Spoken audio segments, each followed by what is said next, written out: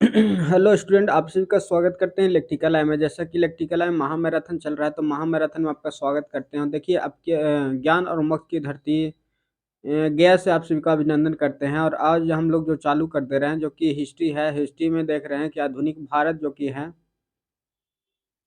History में आधुनिक भारत है। आधुनिक भारत है, तो उसको देख रहे हैं। और यहाँ पर देखिएगा, दो लोगो लगा हुआ जो कि गया में ही है। तो गया में अगर गया में ऑफलाइन कोचिंग चल रहा है इसका सेट प्रैक्टिस का। तो आप अगर गया से हैं तो आकर के ज्वाइन कर सकते हैं। नहीं तो ऑनलाइन सेट भी है। ऑनलाइन सेट के लिए आपको टेलीग्राम चैनल में लिंक दिया गया है डिस्क्रिप्शन में।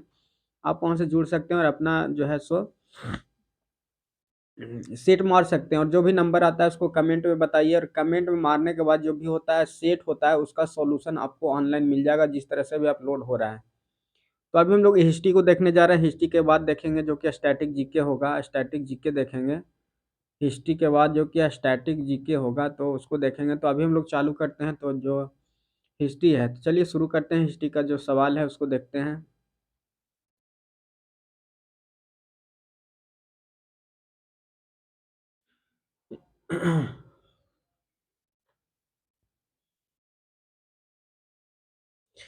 तो यहाँ पर देखिएगा, जो कि बोल रहा है कि गांधी जी के बारे में पढ़ना है। गांधी जी को अंग्रेज सरकार ने कैसर ए हिंद की उपाधि कब दी थी? तो 1915 में दिया गया था। कैसर ए हिंद की उपाधि जो है कब दिया गया था? तो 1915 को दिया गया था।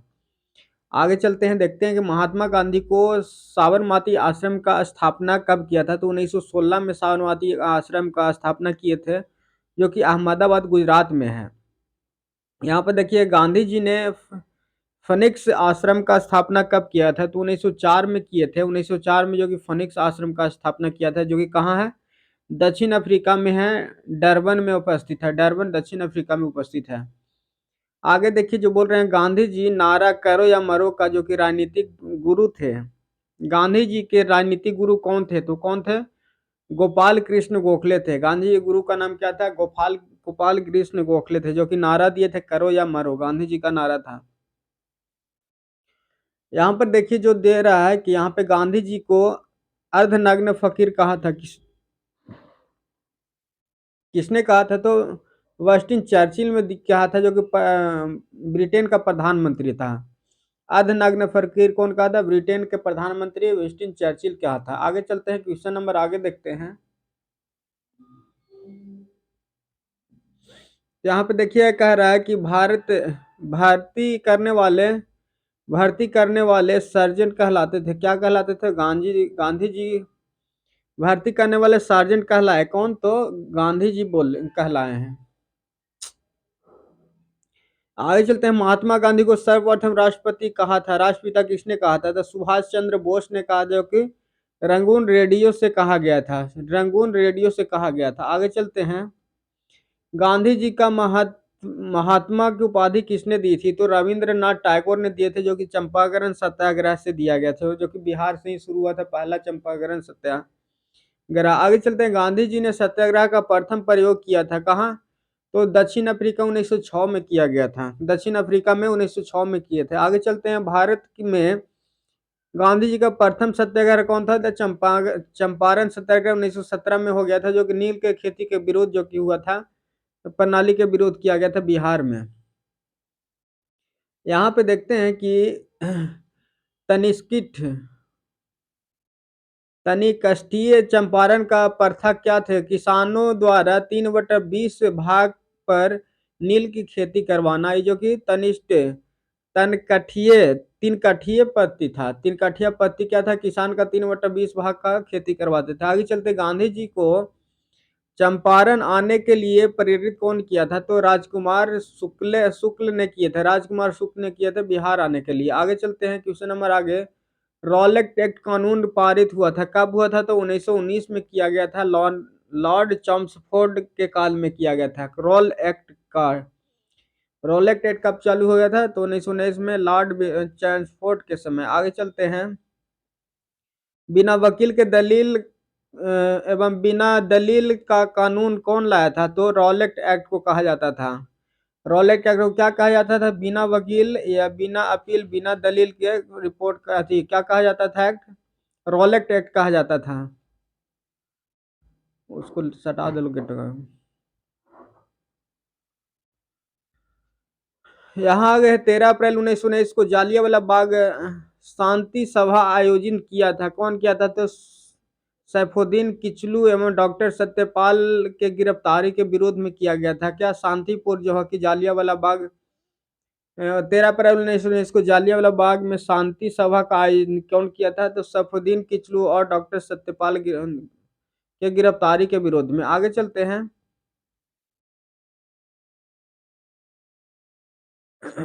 यहाँ पे देखिएगा जो बोल रहा है कि जालियांवाला बाग हत्याकांड 13 अप्रैल 1919 को हुआ था।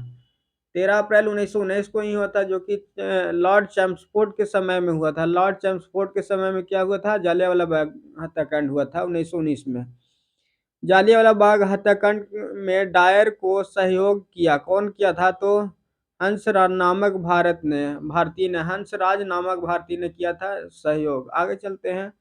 जलियांवाला बाग हत्याकांड की जिम्मेवारी ओ डायर की हत्या उधम सिंह ने लंदन में लिया था। जो कि क्या कह रहा है कि जलियांवाला बाग हत्याकांड के लिए जिम्मेदार कौन लिया था? डायर की हत्या कौन किया था? उधम सिंह ने किया था लंदन में जाकर के। जलियांवाला बाग कांड के जांच के लिए गठित कमेटी क्या थी? तो हंटर कमेटी किया गया था। हंटर कमेटी जलियांवाला बाग अमृतसर जांच कमेटी जो बना था उसको हंटर कमेटी कहा जाता था। आगे चलते हैं। यहाँ पे देखिएगा बोल रहा है गांधी जी ने कैसर हिंद की रविंद्रनाथ टैगोर ने नाइट या सर की उपाधि लौटाया। कब? तो जालियांवाला बाग हत्याकांड के विरोध में किया गया था, जो कि रिपोर्ट लौटाया गया था। कैसर हिंद और नाइट की उपाधि जलियांवाला बाग के हत्याकांड के विरोध में किया गया था, लौटा दिया गया था। गांधी जी का आत्मकथा क्या है? तो सत्य के साथ प्रयोग। आत्मकथा सत्य के साथ प्रयोग है, जो कि प्रथम बार प्रकाशित किया था नवजीवन प्रकाश पत्रिका में किया गया था। गांधी जी का आत्मकथा सत्य के साथ प्रयोग, जो कि प्रथम बार प्रकाशित किया था नवजीवन पत्रिका में किया गया था। आगे चलते हैं। नोआखली काल 1946 में महात्मा गांधी के सचिव थे। कौन थे? तो प्यारे लाल थे। नोआखली का 1946 में महात्मा गांधी के सचिव कौन बने थे? तो प्यारे लाल। आगे चलते हैं। हमारे जीवन में प्रकाश चला गया किसने कहा था? तो नेहरू जी ने गांधी के मृत्यु पर कहा था। क्या कि हमारे जीवन के प्रकाश चला गया है। आगे चलते हैं। गांधी जी का पहला भूख हड़ताल कब हुआ था? तो अहमदाबाद में सूती मिल के कारखानों के लिए किया गया था, जो कि हुआ था क्या? भूख हड़ताल। आगे चलते हैं। यहाँ पे देखिएगा जो बोल रहा है कि गांधी जी द्वारा असहयोग आंदोलन का शुरुआत कब हुआ था? तो 1 अगस्त 1920 को हुआ था। गांधी जी का असहयोग आंदोलन कब हुआ था? 1 अगस्त 1920 को हुआ था। आगे चलते हैं। असहयोग आंदोलन शुरू करने के समय भारत का वायसराय कौन था? तो लॉर्ड चेम्सफोर्ड था। कौन था? लॉर्ड चेम्सफोर्ड था। आगे चलते हैं।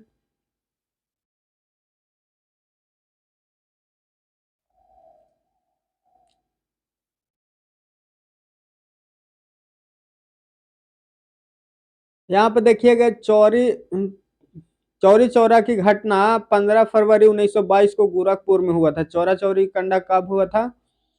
5 अप्रैल 1922 को हुआ था। गोरखपुर जिले में हुआ था चौरा चौरी कांड। आगे चलते हैं। असहयोग आंदोलन 11 फरवरी 1922 को चौरा चौरी घर के बाद हुआ था। क्या है कि असहयोग आंदोलन स्थगित कब हुआ था?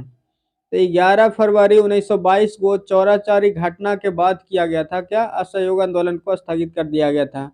स्वराज पार्टी दल का स्थापना कब हुआ था? तो 1923 में हुआ था। चितरंजन दास मोतीलाल नेहरू असहयोग आंदोलन के सफलता के बाद शुरू किए थे। स्वराज पार्टी बनाया गया था। देखिए यहाँ देश बंधु कहा जाता है किसे? चितरंजन दास को कहा जाता है क्या? देश बंधु। आगे चलते हैं। साइमन कमीशन भारत कब आया था? तो 3 फरवरी को 1908 में प्रशासनिक सुधार के विचार हेतु आया था साइमन कमीशन। 3 फरवरी 1928 को आ गया था। आगे चलते हैं। तो यहाँ पे देखिएगा क्या कह रहा है कि लाल बहादुर शास्त्री लाला लाजपत राय पंजाब केसरी घायल हुए थे। कब? तो 1928 में हुए थे। 1928 में लाहौर में साइमन कमीशन के खिलाफ प्रदर्शन लाठीचार्ज में हुए थे घायल लाला लाजपत राय। आगे चलते हैं कि 1928 में हुआ था उनका। सेंट्रल असेंबली में बम फेंका था कौन? बटुकेश्वर दत्त और भगत सिंह ने 8 अप्रैल 1929 को फेंके थे। बटुकेश्वर दत्त और भगत सिंह ने 8 अप्रैल 1929 को। आगे चलते हैं। भगत सिंह सुखदेव राजगुरु की फांसी कब हुआ था? तो यहाँ पर देखिए 23 मार्च 1931 को जो कि दिया गया था 1931 को। आगे चलते हैं। इनकलाब जिंदाबाद का नारा किनका था? तो भगत सिंह का था। इनकलाब जिंदाबाद का नारा किनका था? भगत सिंह का था। आगे चलते हैं। डांडी मार्च की शुरुआत कब हुआ था? 22 मार्च 1930 को हुआ था डांडी मार्च, जो कि 22 अप्रैल 1930 को चालू किया गया था, जो कि साबरमती से जिला नौसारी गुजरात तथा गांधी जी ने सविनय अवज्ञा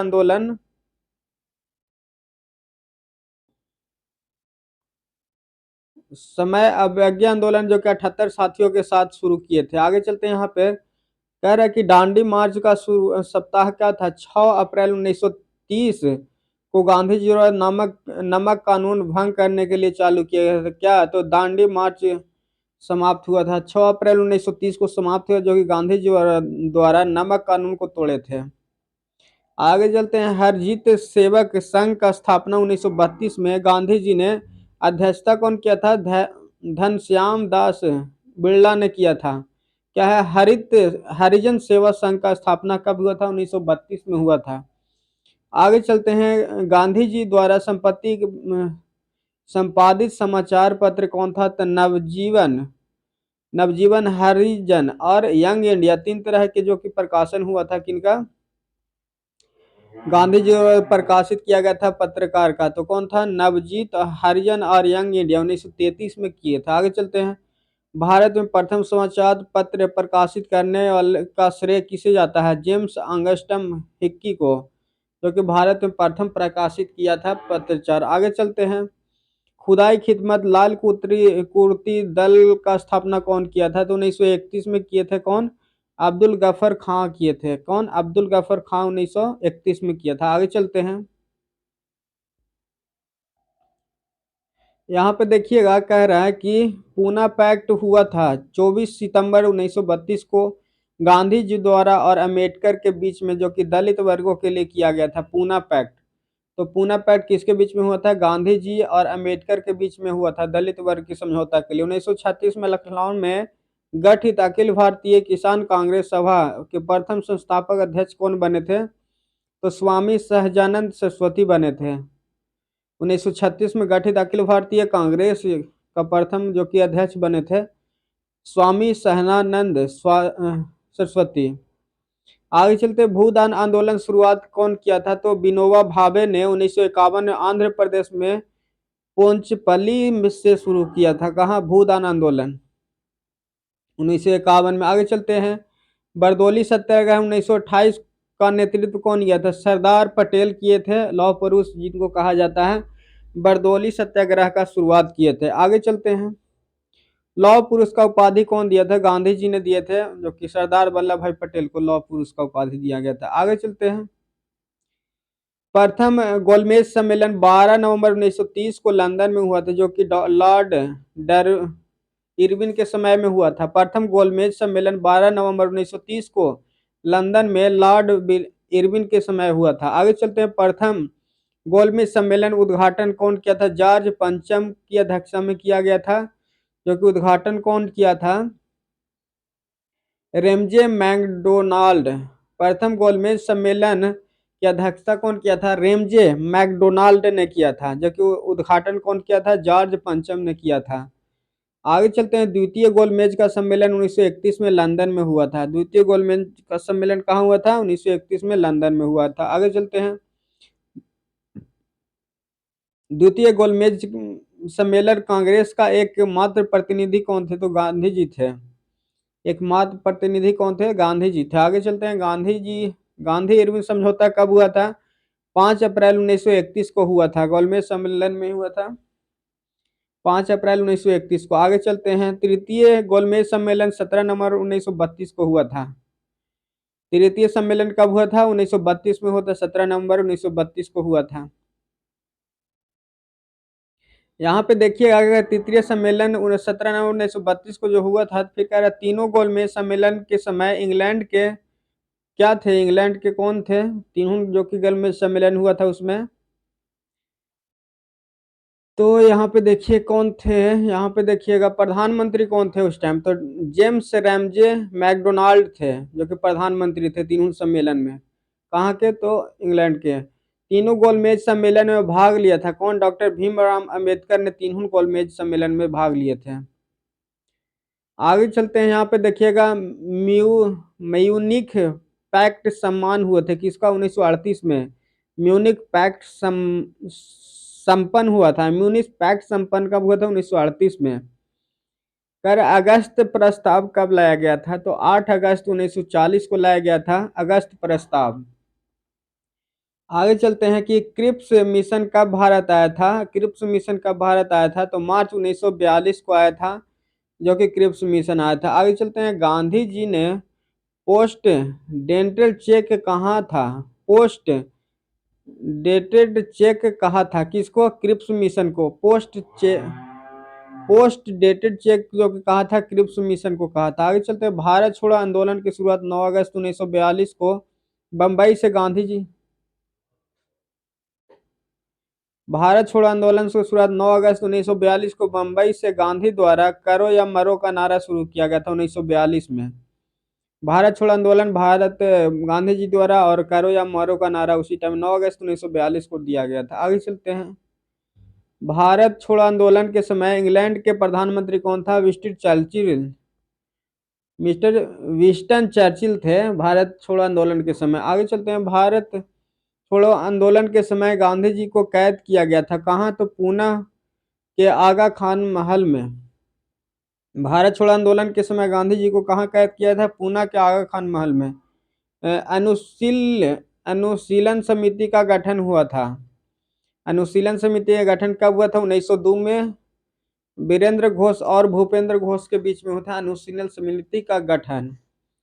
आगे चलते हैं, भारत कम्युनिस्ट पार्टी का स्थापना कब हुआ था, तो 1920 में हुआ था। भारत कम्युनिस्ट पार्टी का उद्घाटन स्थापना 1920 में M.N. राय द्वारा किया गया था।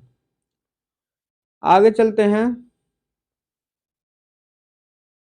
यहाँ देखिए अखिल भारतीय महिला संघ का स्थापना कब हुआ था, तो 1926 में हुआ था। अखिल भारतीय का कब हुआ था, 1926 में हुआ था।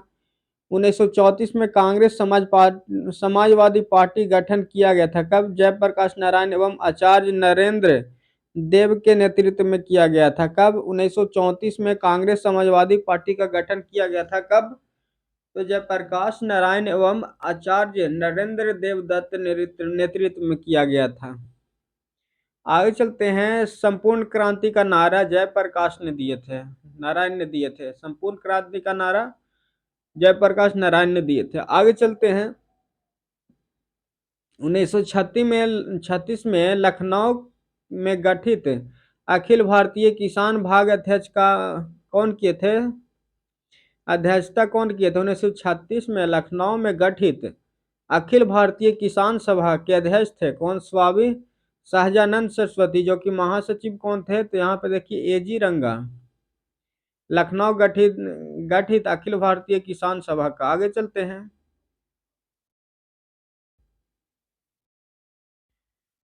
तो यहाँ पे देखिए कह रहा है कि फॉरवर्ड ब्लॉक का स्थापना 1939 में सुभाष चंद्र बोस द्वारा दिया गया था, जो कि जन्म उड़ीसा के कटक में हुआ था। किनका, फॉरवर्ड ब्लॉक का स्थापना 1939 में हुआ था सुभाष चंद्र बोस द्वारा, जो कि जन्म कहाँ हुआ था, उड़ीसा के कटक में हुआ था। किनका, सुभाष चंद्र बोस का। आगे चलते हैं, भारत हिंद आजाद हिंद फौज का स्थापना का विचार सर्वप्रथम किया था, कौन किया था, 1942 में मोहन सिंह ने किए थे।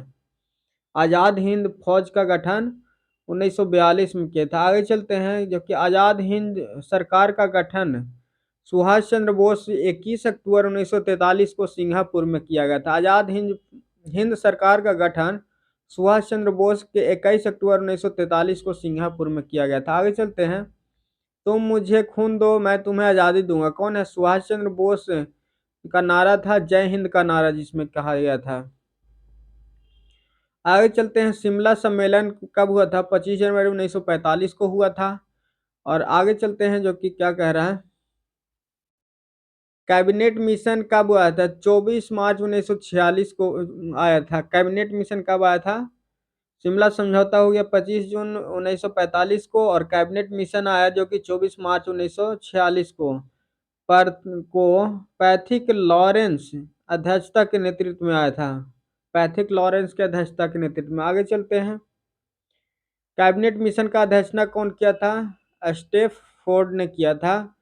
स्टेफ फोर्ड क्रिप्स या पैथक्स लॉरेंस एवं एबी अलेक्जेंडर ने किया था। तीन ठो क्या था कैबिनेट मिशन का सदस्यता? कैबिनेट मिशन का सदस्य कौन कौन थे? फोर्डवर्स, क्रिप्स और पैथोलम्स और एबी और अलेक्जेंडर थे। आगे चलते हैं कि अंतिम सरकार का गठन कब हुआ था? तो 2 सितंबर 1946 को जवाहरलाल नेहरू की अध्यक्षता में हुआ था। क्या? अंतिम सरकार का 1946 में जवाहरलाल नेहरू के अध्यक्ष में हुआ था। आगे चलते हैं, संविधान सभा का पहला बैठक 9 दिसंबर 1946 को डॉक्टर सच्चिदानंद सिंह के अध्यक्षता में किया गया था। संविधान सभा का पहला बैठक 9 दिसंबर 1946 को किया था। अध्यक्ष कौन थे? डॉक्टर सच्चिदानंद सिंह थे। आगे चलते हैं, भारत विभाजन को माउंटबेटन योजना प्रस्तुत किया था। कौन किया था? 3 जून 1947 को हुआ था। भारत विभाजन का माउंटबेटन योजना प्रस्ताव हुआ था 3 जून 1947 को। आगे चलते हैं, भारत एवं पाकिस्तान का विभाजन हुआ था माउंटबेटन योजना के आधार पर। माउंटबेटन की योजना के आधार पर भारत और उसका विभाजन हुआ था। आगे चलते हैं, भारत का स्वतंत्रता की घोषणा की थी क्लीमेट इटली, जो कि ब्रिटिश प्रधानमंत्री था। कौन? क्लेमेंट इटली ने भारत का स्वतंत्रता घोषित किया था। आगे चलते हैं, भारत स्वतंत्र हुआ था 15 अगस्त 1947 को स्वतंत्र हो गया। और फिर देखिएगा, जब भारत स्वतंत्र हुआ उस समय कांग्रेस का अध्यक्ष कौन थे? तो जेबी कृपलानी थे। जेबी कृपलानी थे। तो यहाँ पर देखिए जो कि इंडिया फ्रीडम हो गया, इंडिया जो है सो आज़ाद हो गया। तो आगे हम लोग चलेंगे इसी तरह से, जो कि स्टैटिक जीके चलेगा, स्टैटिक जीके चलते रहेगा। और आप सब जुड़े रहिए। और न्यू